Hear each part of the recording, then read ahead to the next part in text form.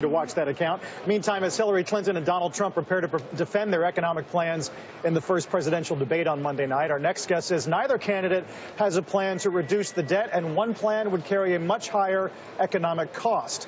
A report from the Committee for a Responsible Federal Budget finds that Clinton's plans would increase the debt by $200 billion over the next decade to roughly 86% of GDP, whereas Trump's plans, while improved since June, would still increase the debt by $5.3 trillion to about 105% of GDP. Joining us this morning is Maya MacGuineas, the president of the Committee for a Responsible Federal Budget. Maya, good morning. It's great to have you. Good morning. Thanks for having me. What's most important for people to know both about their plans to handle the debt and what they're likely to say about it on Monday night? So I think the most important thing as a starting point is that the state of the debt is already quite bad. The debt is at near record levels. It's the highest it's been as a share of the economy since World War II. Deficit is growing, and the debt is projected to grow faster than the economy forever. And yet what we have is two candidates, neither of whom so far has put forth a plan that would actually put a single penny towards slowing the growth of that national debt, which is really important for growing the economy, helping economic security, the next generation, preparing for the next recession. So in so many ways, it's kind of the foundation of the economy.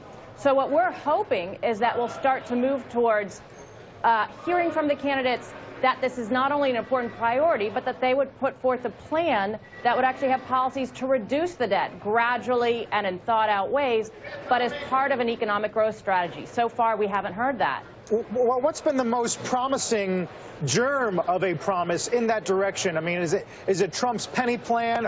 On either side, what's been the most constructive argument you've heard? So I think what has been useful is that on Hillary Clinton's side, she has been very, very focused on paying for her new initiatives. So if you're in a hole, the first rule, stop digging. She wouldn't make the situation worse, but she wouldn't make it better. I would say both candidates have focused on the importance of growing the economy, but they haven't recognized that getting the debt under control is a huge piece of growing the economy. And we need to have realistic understanding that our growth expectations, we need to do better than we're currently doing. But we have a lot of challenges because we have the aging of the population. Demographics are working against us.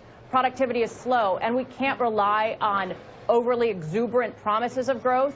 That's something that we have heard from the Trump campaign, which recognizes deficits and debt matter, but I think is exaggerating the of how they'll be able to grow the economy. We need to have more realistic promises in terms of that. I'm not even sure, Maya, that I'm getting a message of growth from both campaigns. And I know you're careful because you're a bipartisan organization. Yeah. Trump's growth plan, lower taxes, fewer regulations, better trade deals. What's the Hillary Clinton growth message? What is the narrative there? So it's very interesting. So I think Donald Trump's growth plan is about tax reform, regulatory reform. I would say the problem with his promises of growth is that higher debt and changes in immigration and trade might not help the economy. So on net, we don't know what the growth effects would be.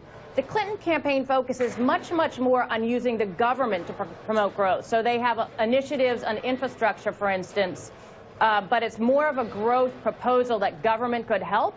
And I don't think either of them has a comprehensive growth strategy, which, again, I would say has to include a sensible fiscal policy that people really can feel confident will grow the economy.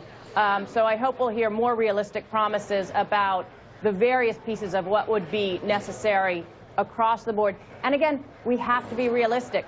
We did not reform entitlements.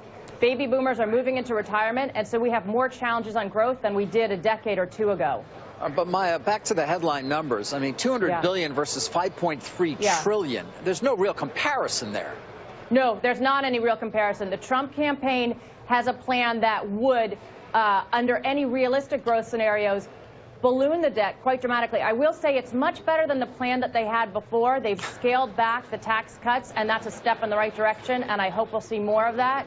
But they would still increase the debt significantly, whereas the Clinton campaign wouldn't make it better, wouldn't make it worse. They have a lot of spending initiatives, but they are paid for. It's kind of a pay-as-you-go mentality. We need a lot more to get a handle on the debt, but certainly the right first step is not to make it worse, which she would not.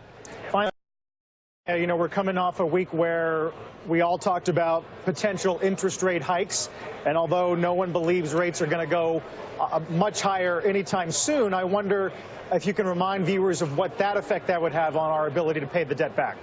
You know, it's a great point because we've heard so much of interest rates are low. It's almost this free lunch argument. Don't worry about any of this.